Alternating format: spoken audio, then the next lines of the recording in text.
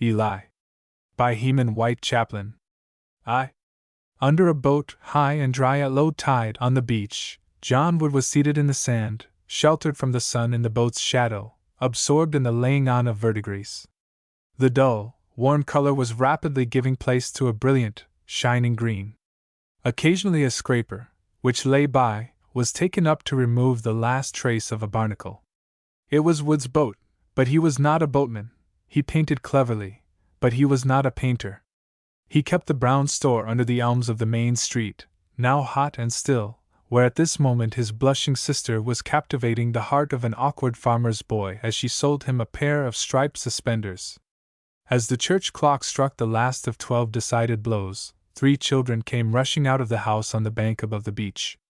It was one of those deceptive New England cottages, weather-worn without, but bright and bountifully homelike within, with its trim parlor, proud of a cabinet organ, with its front hall, now cooled by the light sea breeze drifting through the blind door, where a tall clock issued its monotonous call to a siesta on the rattan lounge, with its spare room, open now, opposite the parlor, and now, too, drawing in the salt air through close-shut blinds, in anticipation of the joyful arrival this evening of Sister Sarah, with her little brood, from the city. The children scampered across the road, and then the eldest hushed the others and sent a little brother ahead to steal, barefoot, along the shining seaweed to his father. The plotted surprise appeared to succeed completely. The painter was seized by the ears from behind, and captured. "Guess who 's here, or you can't get up," said the infant captor.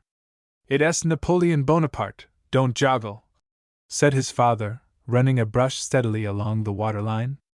"No! No! No!" with shouts of laughter from the whole attacking party. "Then it's Captain Ezekiel." This excited great merriment. Captain Ezekiel was an aged, purblind man, who leaned on a cane. After attempts to identify the invader, with the tax collector come for taxes, then with the elderly minister making a pastoral call, with the foremost schoolmaster, and with Samuel J. Tilden, the victim reached over his shoulder, and seizing the assailant by a handful of calico jacket, brought him around, squirming, before him. "Now," he said, "I'll give you a coat of verdigris." Great applause from the reserve force behind. "I suppose Mother sent you to say dinner's ready," said the father, rising and surveying the green bottom of the boat. "I must eat quick, so as to do the other side before half-flood." And with a child on each shoulder, and the third pushing him from behind with her head, he marched toward the vine-covered kitchen, where, between 2 opposite netted doors, the table was trimly set.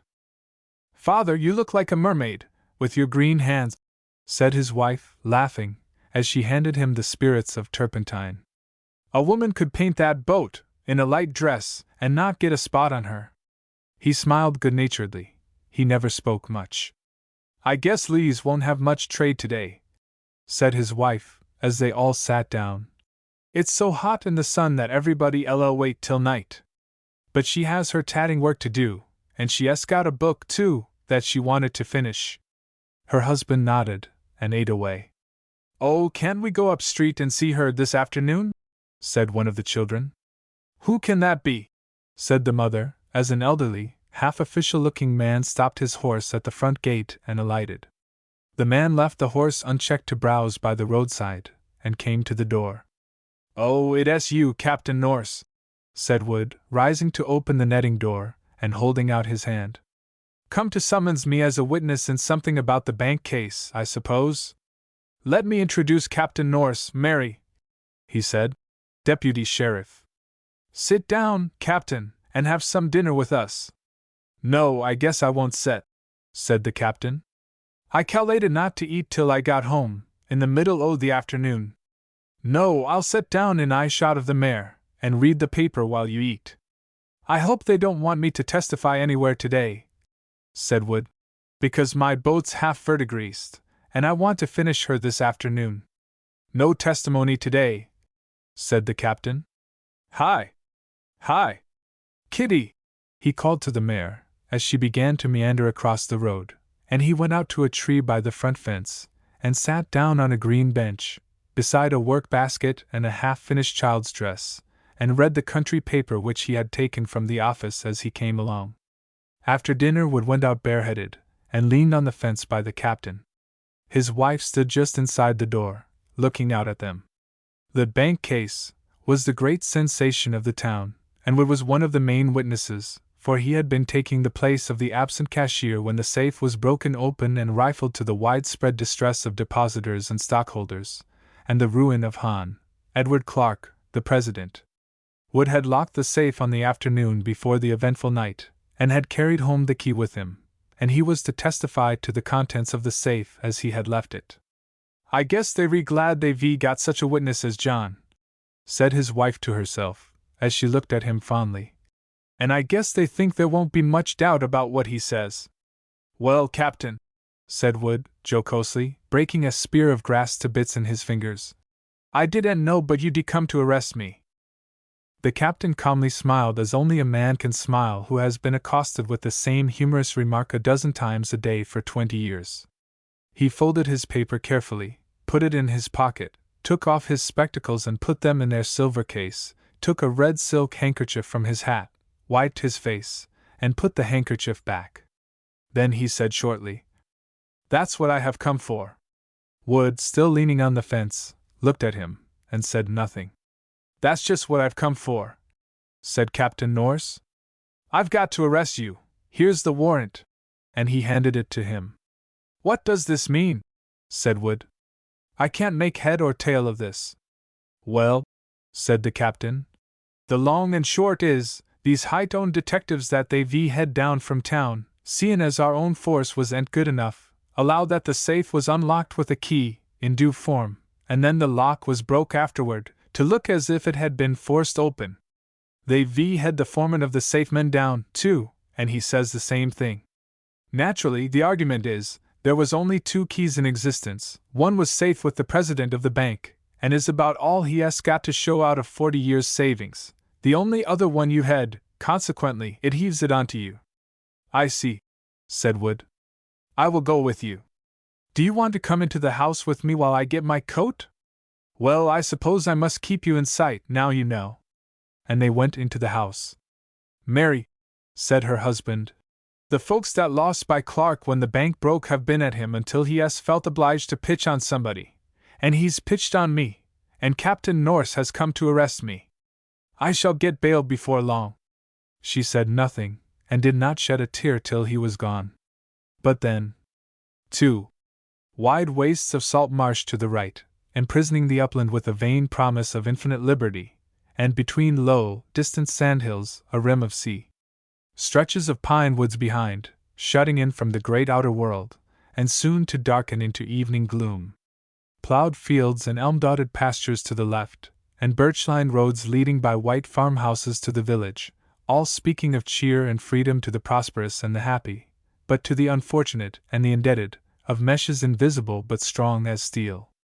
But before, no lonesome marshes, no desolate forest, no farm or village street, but the free blue ocean, rolling and tumbling still from the force of an expended gale. In the open doorway of a little cottage, warmed by the soft slanting rays of the September sun, a rough man, burnt and freckled, was sitting, at his feet a net, engaged upon some handiwork which 2 little girls were watching. Close by him lay a setter, his nose between his paws. Occasionally the man raised his eyes to scan the sea. "There's Joel," he said, "comin' in around the bar. Not much air stirrin' now." Then he turned to his work again. "First you go so fash," he said to the children as he drew a thread. "Then you go so fash dot." And as he worked he made a great show of labor, much to their diversion. But the sight of Joel's broad white sail had not brought pleasant thoughts to his mind, for Joel had hailed him, off the shoal, the afternoon before, and had obligingly offered to buy his fish right there, and so let him go directly home, omitting to mention that sudden jump of price due to an empty market. "Wonder what poor man he has took $1 out of today? Well, I s'pose it's all right, those that has got money want money. What be you, Eli, ganging on hooks?" said Aunt Patience, as she tiptoed into the kitchen behind him, from his wife's sick room, and softly closed the door after her. "No," said the elder of the children. "He 's mending our stockings, and showing me how." Well, you do have a hard time, don't you? Said Aunt Patience, looking down over his shoulder. To slave and tug and scrape to get a house over your head, and then to have to turn square round, and stay to home with a sick woman, and eat all into it with mortgages. Oh, well, he said, we'll fetch somehow. Aunt Patience went to the glass, and holding a black pin in her mouth, carefully tied the strings of her sunbonnet. Anyway, she says, you take it good-natured. Though if there's one thing that's harder than another, it is to be good-natured all the time, without being aggravating. I have known men that was so awfully good-natured that they was harder to live with than if they was cross. And without specifying further, she opened her plaid parasol and stepped out at the porch. Though, on this quiet afternoon of Saturday, the peace of the approaching Sabbath seemed already brooding over the little dwelling, peace had not lent her hand to the building of the home. Every foot of land, every shingle, every nail, had been wrung from the reluctant sea. Every voyage had contributed something. It was a great day when Eli was able to buy the land. Then, between 2 voyages, he dug a cellar and laid a foundation. Then he saved enough to build the main part of the cottage and to finish the front room, lending his own hand to the work. Then he used to get letters at every port, telling of progress, how Lizzie, his wife, had adorned the front room with a bright 9-penny paper, of which a little piece was enclosed, which he kept as a sort of charm about him and exhibited to his friends, how she and her little brother had laid the entry in the kitchen, and how they had set out blackberry vines from the woods. Then another letter told of a surprise awaiting him on his return, and in due time, coming home as third mate from Hong Kong to a seaman's tumultuous welcome, he had found that a great, good-natured mason, with whose sick child his wife had watched night after night, had appeared one day with lime and hair and sand, and in white raiment, and had plastered the entry and the kitchen, and finished a room upstairs. And so, for years, at home and on the sea, at New York and at Valparaiso and in the Straits of Malacca, the little house and the little family within it had grown into the fiber of Eli's heart. Nothing had given him more delight than to meet, in the strange streets of Calcutta or before the Mosque of Omar, some practical Yankee from Stonington or Machias, and whittling to discuss with him, among the turbans of the Orient, the comparative value of shaved and of sawed shingles, or the economy of Swedes' iron nails, and to go over with him the estimates and plans which he had worked out in his head under all the constellations of the skies. The supper things were cleared away. The children had said good night and gone to bed, and Eli had been sitting for an hour by his wife's bedside. He had had to tax his patience and ingenuity heavily during the long months that she had lain there to entertain her for a little while in the evening, after his hard, wet day's work. He had been talking now of the coming week, when he was to serve upon the jury in the adjoining county town. I cal'late I can come home about every night, he said, and it'll be quite a change, at any rate. But you don't seem so cheerful about it as I counted you would be, said his wife. Are you afraid you'll have to be on the bank case? Not much, he answered. No trouble in that case. Jury won't leave their seats. These city fellers'll find they've bit off more and they can chew when they try to figure out John would done that.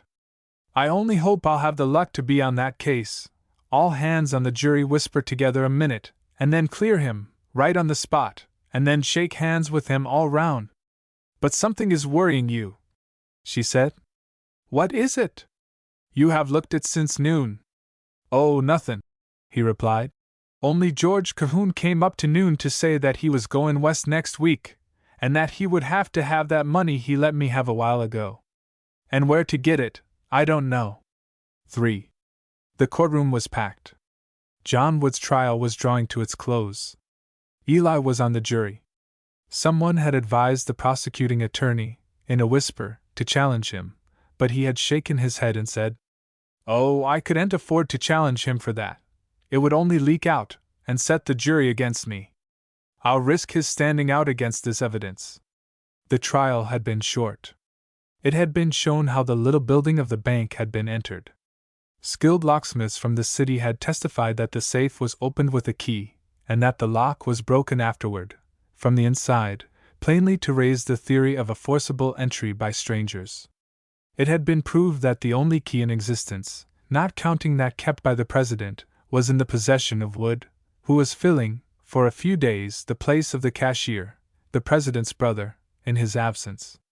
It had been shown that Wood was met, at 1 o'clock of the night in question, crossing the fields toward his home, from the direction of the bank, with a large wicker basket slung over his shoulders, returning, as he had said, from eel spearing in Harlow's Creek, and there was other circumstantial evidence. Mr. Clark, the president of the bank, had won the sympathy of every one by the modest way in which, with his eyeglasses in his hand, he had testified to the particulars of the loss which had left him penniless, and had ruined others whose little all was in his hands. And then, in reply to the formal question, he had testified, amid roars of laughter from the courtroom, that it was not he who robbed the safe. At this, even the judge and Wood's lawyer had not restrained a smile. This had left the guilt with Wood. His lawyer, an inexperienced young attorney, who had done more or less business for the bank and would hardly have ventured to defend this case but that the president had kindly expressed his entire willingness that he should do so, had, of course, not thought it worth while to cross-examine Mr. Clark, and had directed his whole argument against the theory that the safe had been opened with a key, and not by strangers. But he had felt all through that, as a man politely remarked to him when he finished, he was only butting his head against a stone wall. And while he was arguing, a jolly-looking old lawyer had written, in the fly-leaf of a law book on his knee, and had passed with a wink to a young man near him who had that very morning been admitted to the bar, these lines. The district attorney had not thought it worth while to expend much strength upon his closing argument, but being a jovial stump speaker, of a wide reputation within narrow limits, he had not been able to refrain from making merry over Wood's statement that the basket which he had been seen bearing home, on the eventful night, was a basket of eels. "Fine eels those, gentlemen! We have seen goldfish and silverfish, but golden eels are first discovered by this defendant the apostle, in Holy Writ, caught a fish with a coin in its mouth. But this man leaves the apostle in the dim distance when he finds eels that are all money. No storied fisherman of Baghdad, catching enchanted princes disguised as fishes in the sea, ever hooked such a treasure as this defendant hooked when he hooked that basket of eels." Rustling appreciation of the jest among the jury. If a squirming, twisting, winding, wriggling eel, gentlemen, can be said at any given moment to have a back, we may distinguish this newfound species as the greenback eel. It is a common saying that no man can hold an eel and remain a Christian. I should like to have viewed the pious equanimity of this good man when he laid his hands on that whole bed of eels. In happy, barefoot boyhood, gentlemen, we used to find mud turtles marked with initials or devices cut in their shells, but what must have been our friends' surprise to find, in the muddy bed of Harlow's Creek, eels marked with a steel engraving of the landing of Columbus and the signature of the Register of the Treasury. I hear that a corporation is now being formed by the title of the Harlow's Creek Greenback National Bank Bill Eel Fishing Company, to follow up, with seines and spears, our worthy friend's discovery. I learn that the news of this rich placer has spread to the golden mountains of the West, and that the exhausted intellects which have been reduced to such names for their minds as the Tombstone, the Red Dog, the Mrs. E. J. Parkhurst, are likely now to flood us with prospectuses of the eel mine, the flat eel, the double eel, and then, when they get ready to burst upon confiding friends, the consolidated eels. It takes but little to make a school or a courtroom laugh, and the speech had appeared to give a good deal of amusement to the listeners. To all? Did it amuse that man who sat, with folded arms, harsh and rigid, at the dock? Did it divert that white-faced woman, cowering in a corner, listening as in a dream? The judge now charged the jury briefly. It was unnecessary for him, he said, to recapitulate evidence of so simple a character. The chief question for the jury was as to the credibility of the witnesses. If the witnesses for the prosecution were truthful and were not mistaken, the inference of guilt seemed inevitable. This the defendant's counsel had conceded. The defendant had proved a good reputation. Upon that point there was only this to be said, that, while such evidence was entitled to weight, yet, on the other hand, crimes involving a breach of trust could, from their very nature, be committed only by persons whose good reputations secured them positions of trust. The jury room had evidently not been furnished by a ring. It had a long table for debate, 12 hard chairs for repose, 12 spittoons for luxury, and a clock. The jury sat in silence for a few moments, as old Captain Norris, who had them in his keeping, and eyed them as if he was afraid that he might lose one of them in a crack and be held accountable on his bond, rattled away at the unruly lock. Looking at them then, you would have seen faces all of a New England cast but one.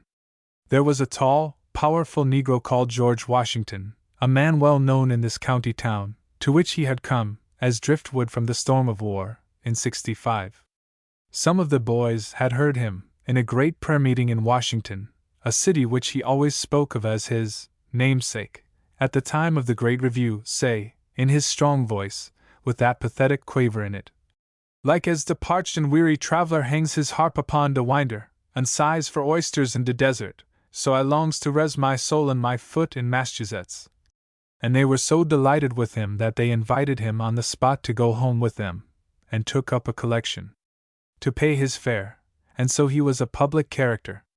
As for his occupation, when the census-taker, with a wink to the boys in the store, had asked him what it was, he had said, in that same odd tone, "Putties up glass a little, whitewashes a little."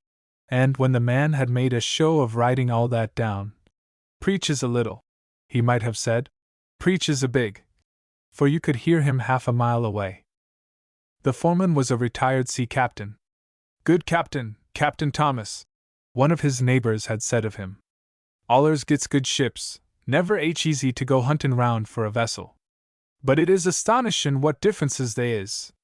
Now there's Captain A. K. P. Bassett down to the West Harbor. You let it get round that Captain A. K. P. is going off on a Chinese voyage, and you LLC half a dozen old shays to once tea, hitched all along his fence of an arternoon, and vim men inside the house to get Captain A. K. P. to take their boys.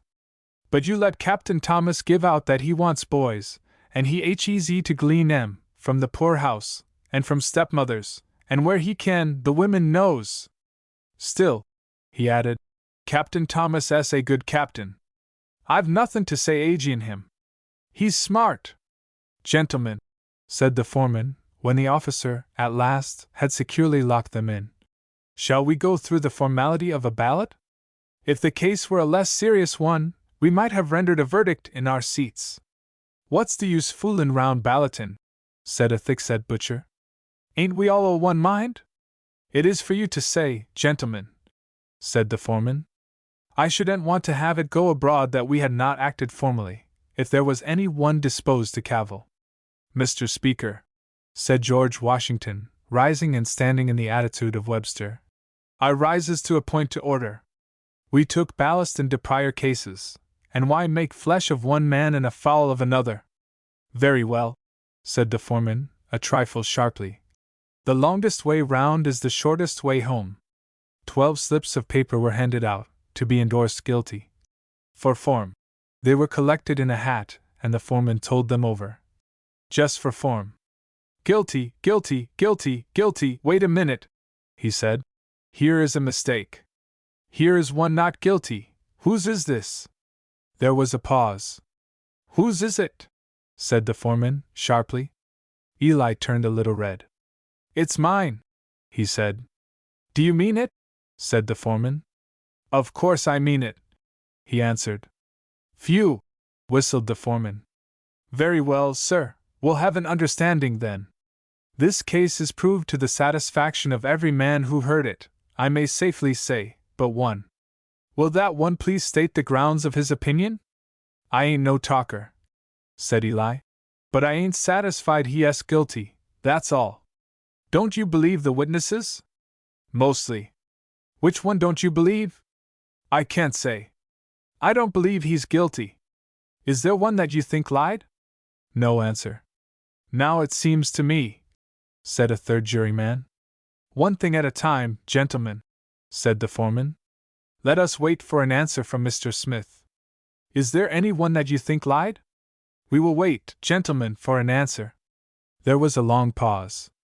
The trial seemed to Eli Smith to have shifted from the court to this shabby room, and he was now the culprit. All waited for him. All eyes were fixed upon him. The clock ticked loud. Eli counted the seconds. He knew the determination of the foreman. The silence became intense.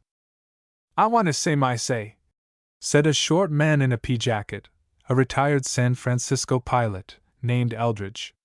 "I entertain no doubt the man is guilty. At the same time, I allow for differences of opinion. I don't know this man that's voted not guilty, but he seems to be a well-meaning man. I don't know his reasons. Probably he don't understand the case. I should like to have the foreman tell the evidence over, so as if he don't see it clear, he can ask questions, and we can explain." "I second the motion," said George Washington. There was a general rustle of approval. "I move it," said the pilot, encouraged. "Very well, Mr. Eldridge," said the foreman. "If there is no objection, I will state the evidence, and if there is any loophole, I will trouble Mr. Smith to suggest it as I go along." And he proceeded to give a summary of the testimony, with homely force. "Now, sir," he said when he had finished. "I move for another ballot," said Mr. Eldridge. The result was the same. Eli had voted not guilty. "Mr. Smith," said the foreman, "this must be settled in some way. This is no child's play. You can't keep 11 men here, trifling with them, giving no pretense of a reason." "I haven't no reasons, only that I don't believe he is guilty," said Eli.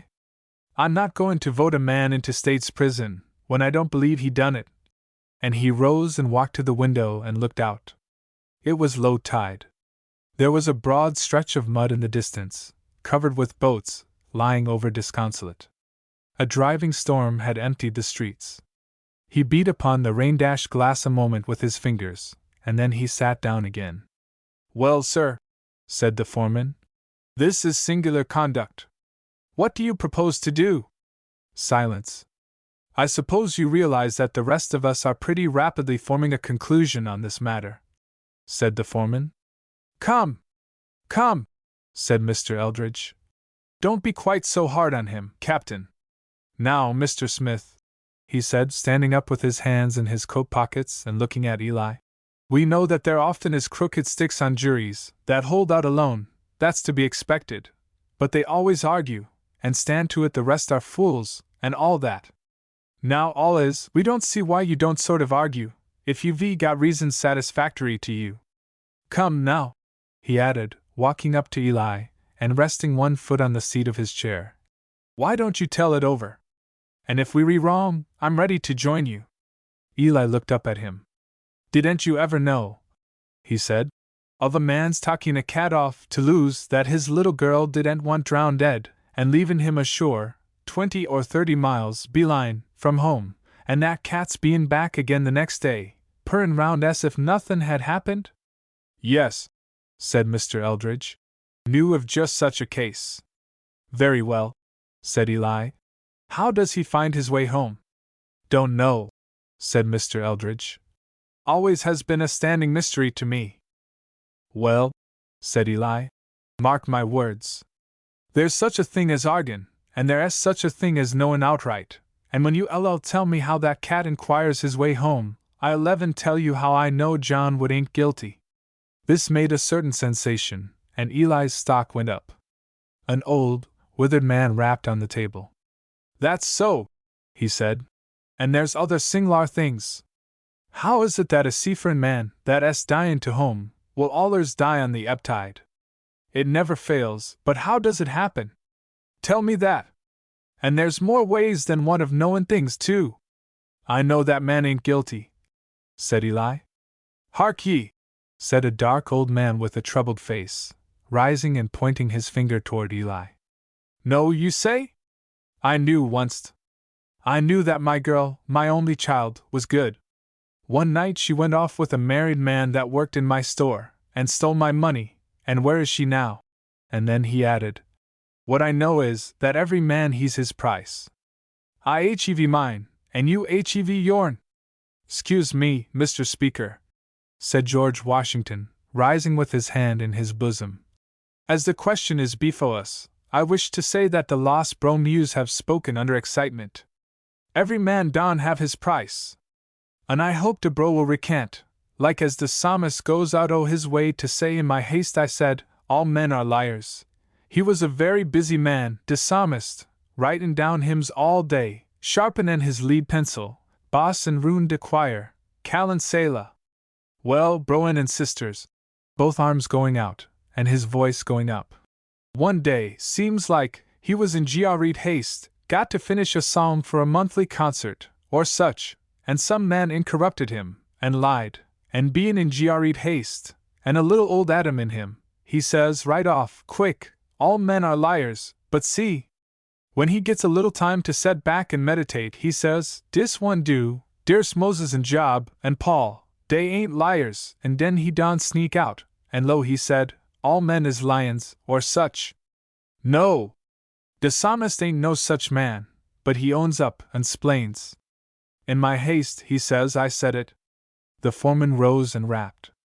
I await a motion, said he, if our friend will allow me the privilege of speaking. Mr. Washington calmly bowed. Then the foreman, when nobody seemed disposed to move, speaking slowly at first, and piecemeal, alternating language with smoke, gradually edged into the current of the evidence, and ended by going all over it again, with fresh force and point. His cigar glowed and chilled in the darkening room as he talked. Now, he said, when he had drawn all the threads together to the point of guilt, what are we going to do upon this evidence? I'll tell you something, said Eli. I didn't want to say it because I know what you all think, but I'll tell you, all the same. Ah, said the foreman. Eli stood up and faced the others. Most all o' you know what our bar is in a southeast gale. They ain't a man here that would dare to try and cross it when the sea's breakin' on it. The man that says he would, lies. And he looked at the foreman, and waited a moment. When my wife took sick, and I stopped goin' to sea, 2 year ago, and took up boat fishin', I didn't know half as much about the coast as the young boys do, and one afternoon it was blowin' a gale, and we was all hands comin' in, and passin' along the bar to go sheer round it to the west'ard, and Captain Fred Cook, he's short-sighted, got onto the bar before he knew it, and then he had to go ahead, whether or no, and I was right after him. And I s'posed he knew, and I followed him. Well, he was floated over, as luck was, all right, but when I just got on the bar, a roller dropped back and let my bowsprit down into the sand, and then come up quicker and lightnin' and shouldered the boat over, t'other end first, and slung me into the water, and when I come up, I see somethin' black, and there was John Wood's boat runnin' by me before the wind with a rush, and 'fore I knew an thing, he had me by the hair by one hand, and in his boat, and we was over the bar. Now I tell you, a man that looks the way I saw him look when I come over the gunnel, face up, don't go round breakin' in and hookin' things. He hadn't one chance in 5, and he was a married man, too, with small children. And what's more, he added incautiously, he didn't stop there. When he found out, this last spring, that I was going to lose my place, he lent me money enough to pay the interest that was overdue on the mortgage, of his own accord. And he stopped suddenly. You have certainly explained yourself, said the foreman. I think we understand you distinctly. There isn't one word of truth in that idea, said Eli, flushing up. And you know it. I've paid him back every cent. I know him better'n any of you, that's all, and when I know he ain't guilty, I won't say he is, and I can set here as long as any other man. Lively times some folks LLHEV, when they go home, said a spare tin peddler, stroking his long yellow goatee. Go into the store, nobody speak to you. Go to cattle show, everybody follow you round. Go to the wharf, nobody weigh your fish. Go to buy seed cakes to the cart, baker won't give no tick. How much does it cost, Mr. Foreman? Said the butcher.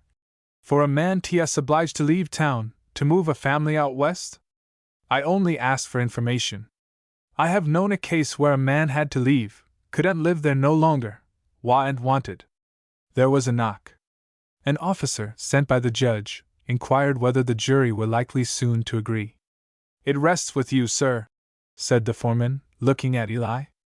But Eli sat doggedly with his hands in his pockets, and did not look up or speak. Say to the judge that I cannot tell, said the foreman. It was 8 o'clock when the officer returned, with orders to take the jury across the street to the hotel, to supper. They went out in pairs, except that the juryman who was left to fall in with Eli made 3 with the file ahead, and left Eli to walk alone. This was noticed by the bystanders. At the hotel, Eli could not eat a mouthful. He was seated at one end of the table, and was left entirely out of the conversation. When the jury were escorted back to the courthouse, rumors had evidently begun to arise from his having walked alone, for there was quite a little crowd at the hotel door to see them. They went as before, 4 pairs, a file of 3, and Eli alone. Then the spectators understood it. When the jury were locked into their room again for the night, Mr. Eldridge sat down by Eli and lit his pipe. "I understand," he said, "just how you feel. Now, between you and me, there was a good-hearted fellow that kept me out of a bad mess once. I've never told anybody just what it was, and I don't mean to tell you now, but it brought my blood up standing, to find how near I'd come to putting a fine steamer and 240 passengers under water. Well, one day, a year or so after that, this man had a chance to get a good ship, only there was some talk against him, that he drank a little.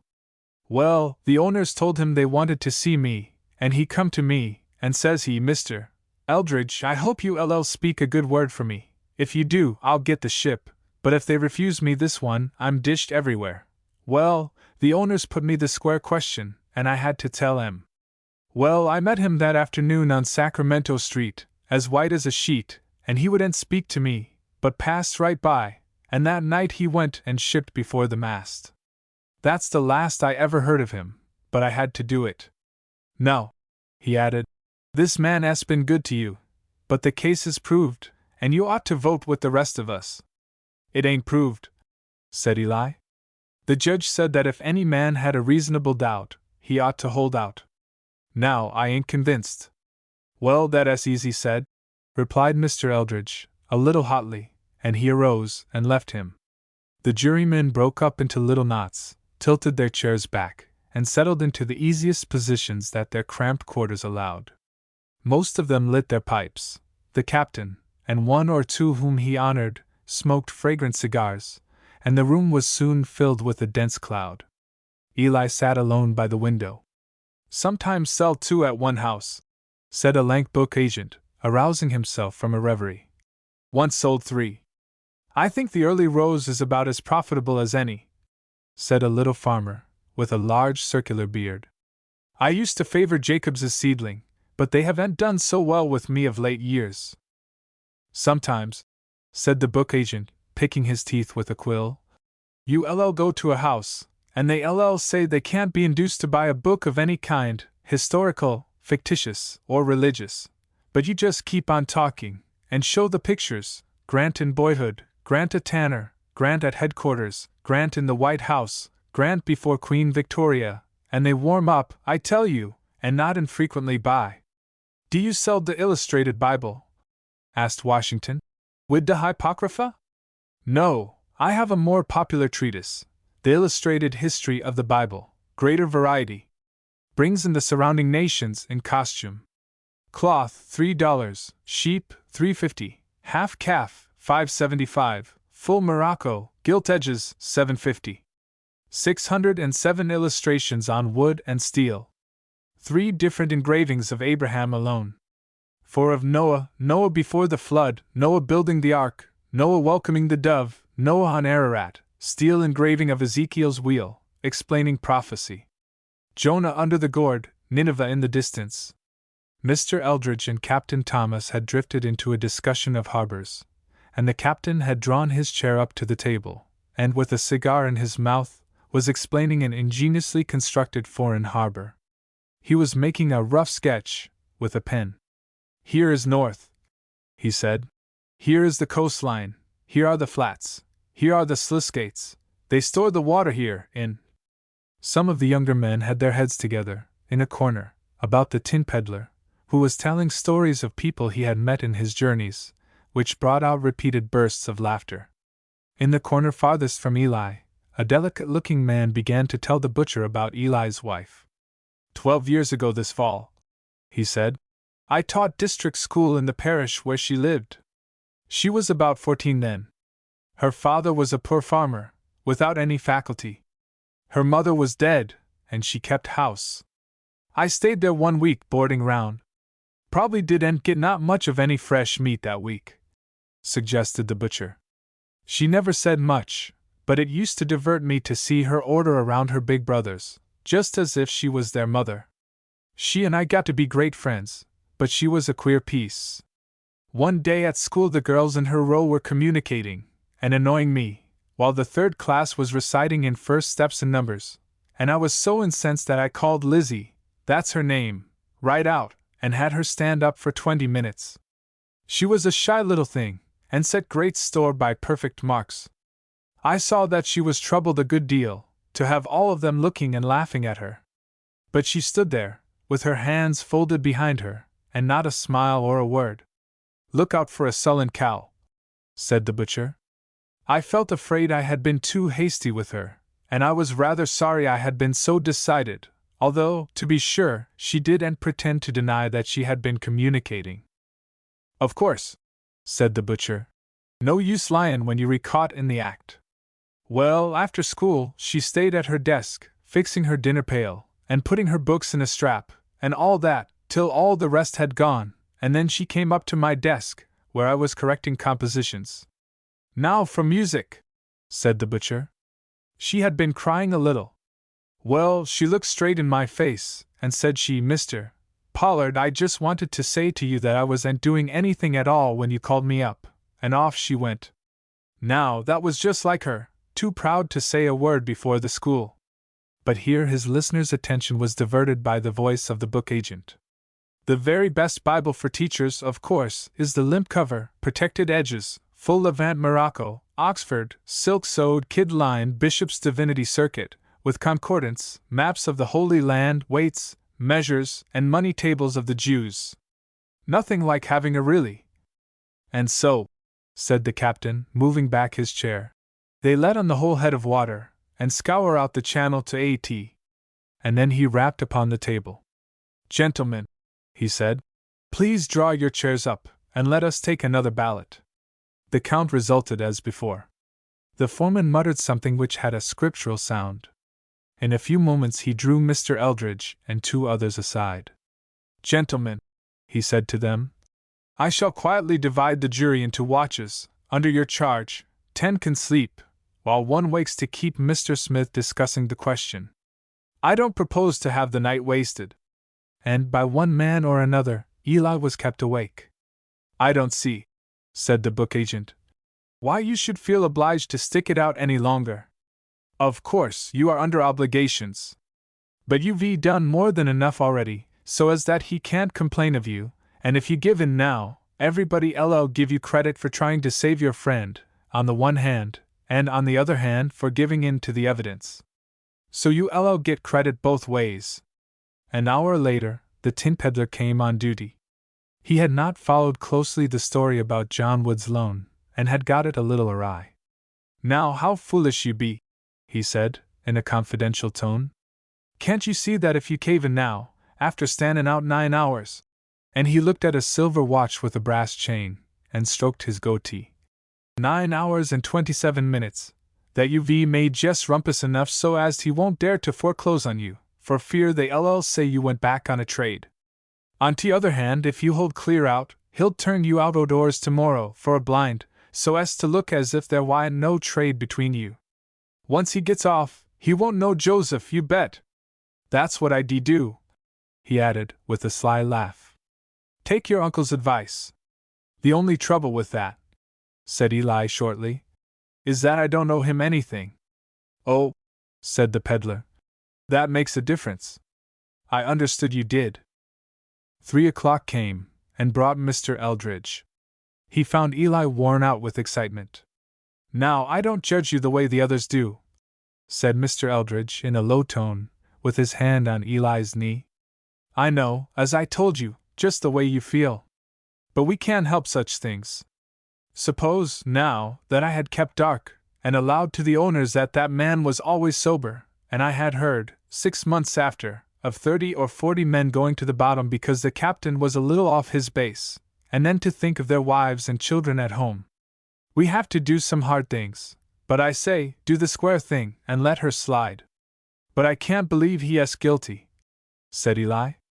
But don't you allow, said Mr. Eldridge, that 11 men are more sure to hit it right than one man? Yes, said Eli reluctantly, as a general thing. Well, there's always got to be some give to a jury, just as in everything else, and you ought to lay right down on the rest of us. It isn't as if we were at all squirmish. Now, you know that if you hold out, he'll be tried again. Yes, I suppose so.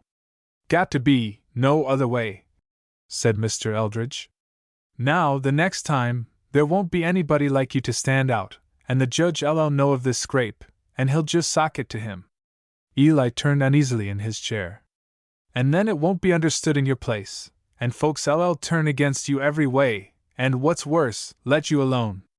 I can stand it, said Eli angrily. Let 'em do as they like. They can't kill me. They can kill your wife and break down your children, said Mr. Eldridge. Women and children can't stand it. Now, there's that man they were speaking of, he lived down my way. He sued a poor, shiftless fellow that had come from Pennsylvania to his daughter's funeral, and had him arrested and taken off, crying, just before the funeral begun, after they'd even set the flowers on the coffin, and nobody'd speak to him after that. They just let him alone, and after a while his wife took sick of it. She was a nice, kindly woman, and she had sort of hysterics, and finally he moved off west. And 't wasn't long before the woman died. Now, you can't undertake to do different from everybody else. Well, said Eli, I know I wish it was done with. Mr. Eldridge stretched his arms and yawned. Then he began to walk up and down, and hum out of tune. Then he stopped at Captain Thomas's chair. Suppose we try a ballot, he said. He seems to give a little. In a moment the foreman rapped. It is time we were taking another ballot, gentlemen, he said. The sleepers rose, grumbling, from uneasy dreams. I will write guilty on 12 ballots, said the foreman. And if any one desires to write in not, of course he can. When the hat came to Eli, he took one of the ballots and held it in his hand a moment, and then he laid it on the table. There was a general murmur. The picture which Mr. Eldridge had drawn loomed up before him.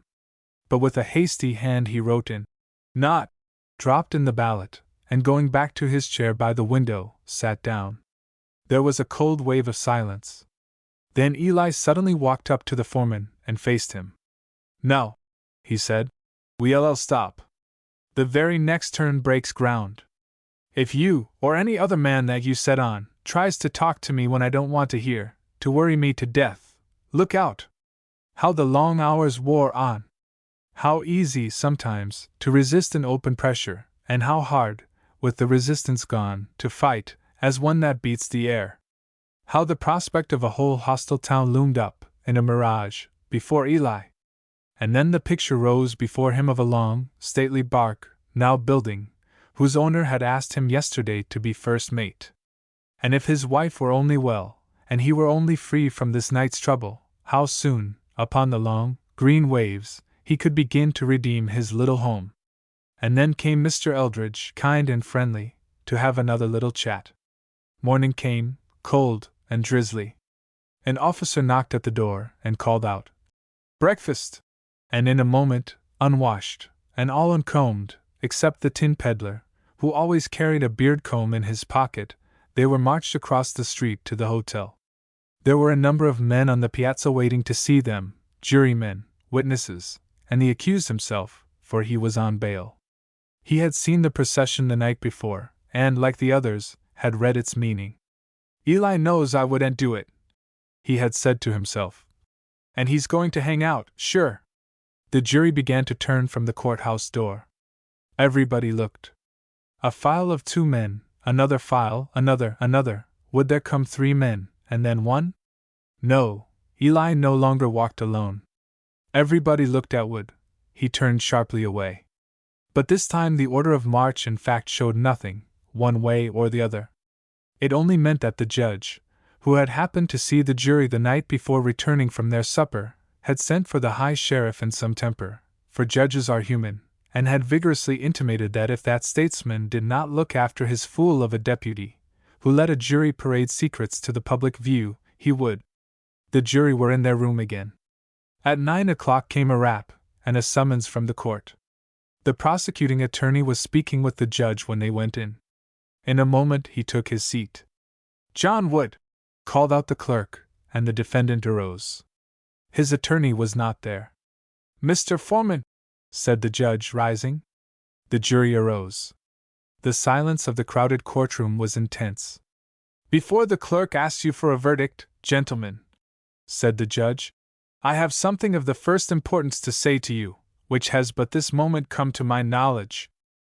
Eli changed color, and the whole courtroom looked at him. "There were some most singular rumors, after the case was given to you, gentlemen, to the effect that there had been in this cause a criminal abuse of justice. It is painful to suspect, and shocking to know, that courts and juries are liable ever to suffer by such unprincipled practices. After 10 years upon the bench, I never witness a conviction of crime without pain, but that pain is light, compared with the distress of knowing of a willful perversion of justice. It is a relief to me to be able to say to you that such instances are, in my judgment, exceedingly rare, and, so keen is the awful searching power of truth, are almost invariably discovered." The foreman touched his neighbor with his elbow. Eli folded his arms. "As I said," continued the judge, "there were most singular rumors. During the evening and the night, rumor, as is often the case, led to evidence, and evidence has led to confession and to certainty. And the district attorney now desires me to say to you that the chief officer of the bank, who held the second key to the safe, is now under arrest for a heavy defalcation, which a sham robbery was to conceal, and that you may find the prisoner at the bar, not guilty. I congratulate you, gentlemen, that you had not rendered an adverse verdict." "Your Honor," said Eli, and he cleared his throat, "I desire it to be known that, even as the case stood last night, this jury had not agreed to convict, and never would have." There was a hush, while a loud scratching pen endorsed the record of acquittal. Then Wood walked down to the jury box and took Eli's hand. "Just what I told my wife all through," he said. "I knew you'd hang out." Eli's jury was excused for the rest of the day, and by noon he was in his own village, relieved, too, of his most pressing burden, for George Cahoon had met him on the road, and told him that he was not going to the West, after all, for the present, and should not need his money. But, as he turned the bend of the road and neared his house, he felt a rising fear that some disturbing rumor might have reached his wife about his action on the jury. And, to his distress and amazement, there she was, sitting in a chair at the door. "Lizzie," he said, "what does this mean? Are you crazy?"